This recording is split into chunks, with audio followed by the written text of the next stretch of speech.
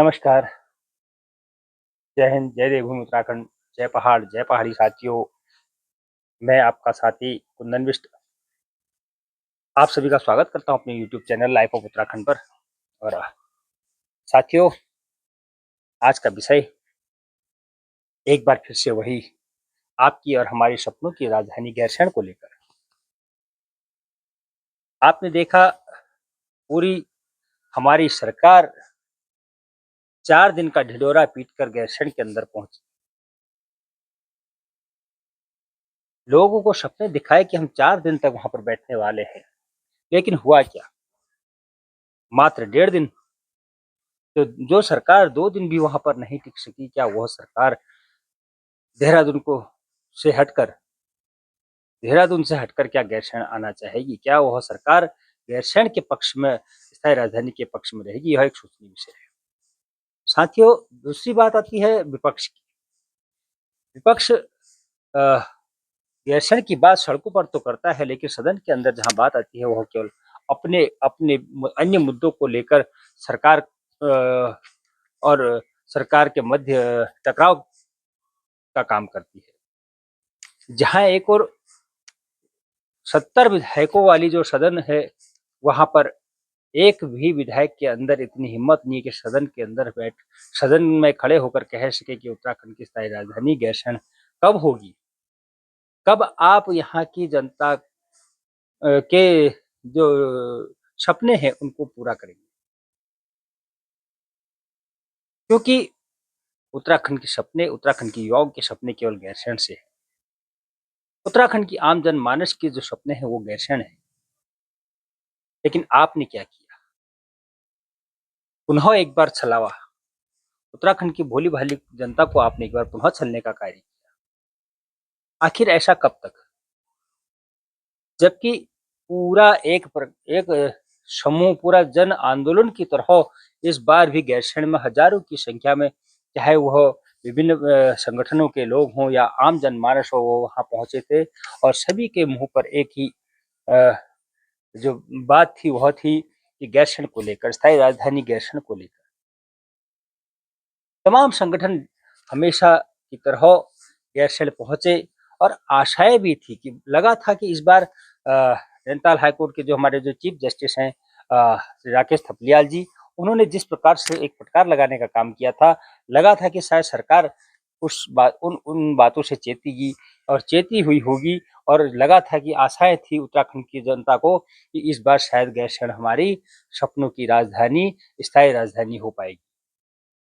लेकिन दुर्भाग्य देखिए उत्तराखंड वासियों का, हमारी सरकारें, हमारी सत्ताएं हमको किस प्रकार से नजरअंदाज करती हैं। स्थायी राजधानी तो दूर की बात है, आप चर्चा करने से भी भागते हैं। विपक्ष जहां लगातार हंगामा करना विपक्ष का काम है, लेकिन क्या सरकार का काम ये नहीं है कि विपक्ष की बातों को सुना जाए और उन अगर वो चीजें वाजिब हैं तो उन पर कार्रवाई भी होनी चाहिए। आखिर उनको अमल में लाया जाना चाहिए या नहीं? आखिर सरकार चाहती क्या है? क्यों विपक्ष होना चाहिए? क्या विपक्ष नहीं होना चाहिए? आपने विपक्ष को नजरअंदाज किया है, आपने पूरी जनता को नजरअंदाज किया है, आपने उन शहीदों के सपनों को नजरअंदाज किया है जिनके सपने रहे हैं गैरसैंण।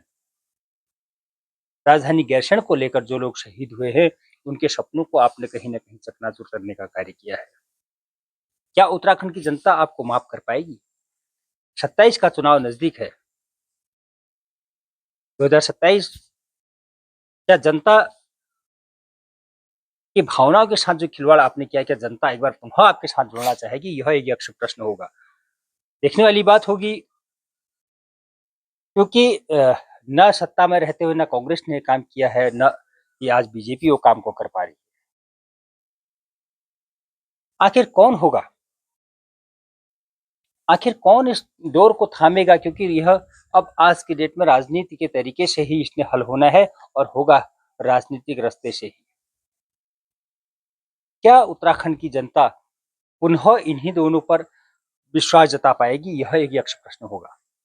या उत्तराखंड की जनता अपने सपनों को साकार करने के लिए किसी एक ऐसे दल का चयन करेगी या किसी अन्य पार्टियों का चयन करेगी जो उत्तराखंड के शहीदों के सपनों को साकार कर सके, जो उत्तराखंड के दिल गैरसैंण में बैठकर वहाँ से सरकार को चलाने का कार्य करे। क्या उत्तराखंड की जनता इस बात को नज़रअंदाज कर पाएगी? जिस प्रकार का छलावा उत्तराखंड की सरकारों ने उत्तराखंड की जनभावना के साथ किया है, क्या जनता पुनः उनके साथ खड़ा होना चाहेगी? यह भी एक प्रश्न होगा, देखने की बात होगी। 2027 में हम देखेंगे कि जनता वास्तव में क्या चाहती है, देहरादून या गैरसैंण? अगर हम वास्तव में पहाड़ के हित की बात करते हैं, पहाड़ के लोगों की बात करते हैं, पहाड़ के आम जनमानस की बात करते हैं, तो देखना होगा क्या जिन्होंने हमारे साथ छलावा किया है राष्ट्रीय पार्टियों ने, क्या हम उनके साथ पुनः खड़े हो पाएंगे? कहावत कही जाती है कि दूध का जला छाछ को फूंक कर पीता है, लेकिन 25 वर्षों से 25 वर्षों से दूध में हम लोग जलते आ रहे हैं। आखिर देखते हैं इस बार जनता किस प्रकार से फूंक फूंक कर कदम रखती है। जनता के ऊपर यह निर्भर होगा। 27 नजदीक है। 4 दिन का सत्र सरकार बुलाने का काम करती है गैरसैंण में, लेकिन जहां सरकार आम जनता की तो बात छोड़िए, आम जनता की सुनने की बात तो बहुत दूर की है, लेकिन जब सरकार अपने ही कर्मचारियों के हितों की बात नहीं कर सकती है, अपने कर्मचारियों के वहां ठहरने की बात नहीं कर सकती है। पिछले वर्ष जो सरकार ने कहा था कि हम 1 साल के अंदर यहाँ पर उन व्यवस्थाओं को जुटाने का काम करेंगे, वो कर्मचारियों के रहने की बात हो, चाहे अन्य पत्रकार लोगों की बात हो, चाहे कोई भी जो वहां पर पहुंचता है उनके रहने खाने की व्यवस्था की बात होगी। साथियों, कितना दुर्भाग्यपूर्ण होता है जब यह देखने और सुनने को मिलता है कि वहां पर कर्मचारी आते हैं और वह सरकारी हॉस्पिटल के कमरों में रहते हैं। जहां मरीज को रहना चाहिए वहां पर कर्मचारी रात को रहते हैं। किस प्रकार की व्यवस्थाएं हमारी सरकारों ने वहां पर जुटाई है? 8,000 करोड़ से ऊपर की संपत्ति गैरसैंण के अंदर होती है, लेकिन एक आम कर्मचारी के लिए वहां पर रहने की व्यवस्था नहीं होती है। इससे दुर्भाग्यपूर्ण और क्या हो सकता है? समझने की बात होगी। जब सरकार अपनी कर्मचारियों के हित में यह निर्णय नहीं ले पा रही है कि हम जब गैरसैंण जाएंगे तो हमारे कर्मचारी कहाँ रहेंगे, किस प्रकार की उनकी व्यवस्थाएं होगी, तो क्या यह सरकारें हमारे लिए कितनी संजीदा हैं, आप इन बातों से अनुमान लगा सकते हैं। तो बड़ी दुख की बात होती है कि सरकार वहां पर आती है मात्र सैर सपाटा करने। जैसा कि चीफ जस्टिस श्री राकेश थपलियाल जी ने कहा था कि आप वहां पर एज ए पर्यटक की तरह जाते हैं, अटैची उठाकर 2-3 दिन के लिए घूमने जाते हैं। आप एज ए वास्तव में पर्यटक की तरह आए, मात्र 2 दिन भी आपने वहां पर पूरा नहीं बिताया, उसके बाद आप चल दिए। आखिर इतना जो लाव लश्कर, जो हर्जा खर्चा, आखिर जो यह जनता की गाड़ी कमाई को आप किस प्रकार से लुटा रहे हैं, यह भी एक देखने की बात है कि जनता इसको समझ पाती है या नहीं समझ पाती। साथियों, सवाल इस बार गैरसैंण से कई उठते हैं। कई सवाल उठते हैं कि क्या सरकार आम जनता के लिए चुनी गई सरकार है? अगर वास्तव में सरकार आम जनता के लिए सोचती है, तो आम जनता की जो राय है गैरसैंण, उस पर आज तक कोई भी सरकारें अपना फैसला क्यों नहीं सुना पाती है? और अगर आम जनमानस की भावना अगर गैरसैंण नहीं है, तो आपने वहां पर 8,000 करोड़ रुपए की संपत्ति किस लिए खर्च की है? जनता की गाड़ी कमाई को वहां पर किस लिए खर्च किया हुआ है? और आप ना ही वहां पर ग्रीष्मकालीन राजधानी को चला पाते हैं, ना ही शीतकालीन किसी पर आप अड़िग नहीं हैं। मात्र ग्रीष्मकालीन के नाम पर आपको वहां पर अ, इन दिनों में भी डर का माहौल लगा रहता है कि आप बारिश और ठंड से वहां पर आप ठिठुरने लगते हैं। यह किस प्रकार की हमारी सरकार की यहाँ पर सोच है, यह भी दर्शाती है।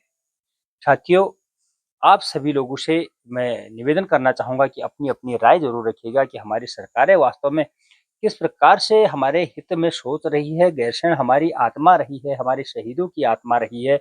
आज उन शहीदों की आत्माएँ पुनः तड़प रही हैं, पुनः बिलख रही हैं। और इस पर भी एक मनन करने की बात है कि वास्तव में हमने जो आज तक राष्ट्रीय दलों को अपना अमूल्य मत दिया है, क्या वह गैरसैंण के पक्ष में रहा है? जबकि उत्तराखंड की आम जनमानस की भावना केवल गैरसैंण है, तो गैरसैंण के पक्ष में किस प्रकार से इन सत्ताओं ने अपना खेल खेलने का कार्य किया है। एक कुर्सी से उतरता है तो दूसरा बैठता है, दूसरा कुर्सी से उतरता है तो पहले वाला फिर बैठता है। आखिर यह किसकी? साथियों, अपने कमेंट्स, अपनी राय ज़रूर रखिएगा। साथियों, क्योंकि गैरसैंण केवल हमारी आत्मा ही नहीं, हमारा दिल भी है और हमारे सपने हैं, हमारे आने वाले भविष्य के सपने को गैरसैंण कहा गया है। इसलिए क्योंकि गैरसैंण से वो रास्ता तय होता है, पूरे पहाड़ के समग्र विकास का रास्ता तय होता है। इसलिए आप सभी से इस विषय पर अपनी राय देने की कृपा कीजिएगा। तब तक के लिए जय हिंद, जय भारत, जय उत्तराखंड, जय पहाड़, जय पहाड़ी।